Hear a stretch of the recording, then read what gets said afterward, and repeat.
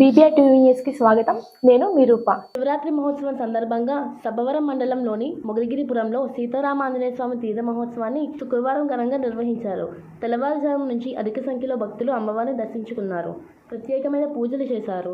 ఈ సందర్భంగా నిర్వహించిన ఎడ్లబండి పరుగుల్లో 15 బండ్లు పాల్గొన్నాయి. నెక్కెలపాలెంకి చెందిన పైడితల్లమ్మ బండి మొదటి స్థానంలో, అర్జునగిరికి చెందిన పరవాడ నాయుడు బండి 2వ స్థానంలో, కేఎల్బీ పట్టణానికి చెందిన చిరికి దుర్గాప్రసాద్ బండి 3వ స్థానంలో, నెక్కెలపాలెంకి చెందిన వెంకట కోమల బండి 4వ స్థానంలో, లక్కవరంకు చెందిన నోముల సురేష్ బండి 5వ స్థానంలో, కేఎల్బీ పట్టణానికి చెందిన ఓబుల్ మోహన్ బండి 6వ స్థానంలో నిలిచాయి. వారికి వరుసగా 15,000 రూపాయలు, 12,000 రూపాయలు, 10,000 రూపాయలు, 8,000 రూపాయలు, 6,000 రూపాయలు, 4,000 రూపాయల చొప్పున నగదు బహుమతులు నిర్వాహకులుగా అందజేశారు. ఈ జాతర మహోత్సవం కనుల విందుగా జరిగింది. ప్రజలు భారీ సంఖ్యలో పాల్గొన్నారు.